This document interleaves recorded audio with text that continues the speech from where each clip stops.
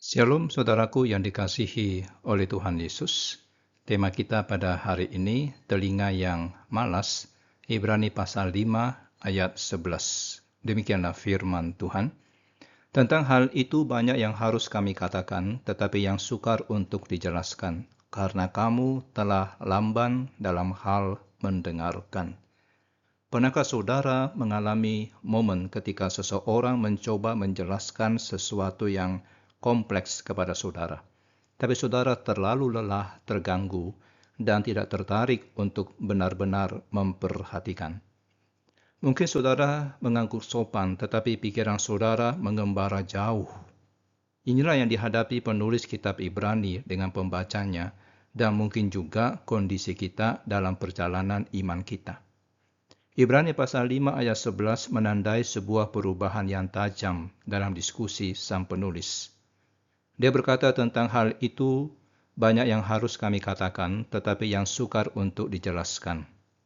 Karena kamu telah lamban dalam hal mendengarkan. Penulis memiliki banyak hal yang mendalam untuk dibagikan tentang keimaman Kristus menurut peraturan Melkisedek, tetapi ia terhambat, bukan karena kerumitan materi, tapi karena kondisi rohani pembacanya. Nah, saudara, kata Yunani lamban membawa konotasi kemalasan, kelalaian, dan kelesuan yang disengaja. Dengan penggunaan kata ini, penulis tidak sekedar menggambarkan kemampuan intelektual yang terbatas, tapi sikap spiritual yang tidak responsif. Mereka telah menjadi malas dalam mendengarkan, tidak lagi bersedia untuk berusaha memahami dan merespon kebenaran Allah. Yang menarik adalah penggunaan kata telah menjadi. Sini mengindikasikan sebuah perubahan kondisi. Mereka tidak selalu seperti ini. Dulunya mereka mungkin pendengar yang antusias dan responsif terhadap firman Allah. Tapi sekarang telah mengalami kemunduran spiritual. Telinga mereka telah menjadi tumpul terhadap kebenaran. Betapa sering saudara kita juga mengalami kemunduran semacam itu dalam perjalanan iman kita. Kita mulai dengan antusiasme dan rasa haus akan kebenaran, tapi seiring dengan waktu kita menjadi terbiasa dengan firman, bahkan mungkin merasa bosan. Kita mendengar tetapi tidak benar-benar mendengarkan. Firman tidak lagi menembus hati kita dan mengubah hidup kita. Teguran penulis ini mengandung peringatan yang serius. Kemalasan dalam mendengarkan firman Allah bukanlah hal sepele. Ini merupakan gejala kemunduran spiritual yang berbahaya. Tapi teguran ini juga mengandung harapan tersirat. Kondisi ini dapat diubah. Telinga yang malas dapat kembali menjadi peka.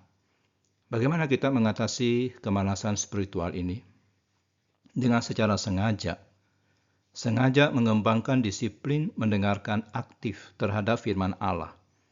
Ini berarti membaca dengan penuh perhatian, merenungkan dengan mendalam, dan merespon dengan ketaatan. Ini berarti meminta Roh Kudus untuk membuka telinga rohani kita dan mengampuni kita atas ketidakpedulian terhadap suaranya. Mari kita berdoa.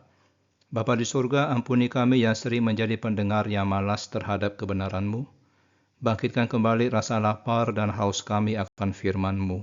Bukalah telinga dan hati kami untuk tidak hanya mendengar, tapi benar-benar mendengarkan dan merespon dengan ketaatan.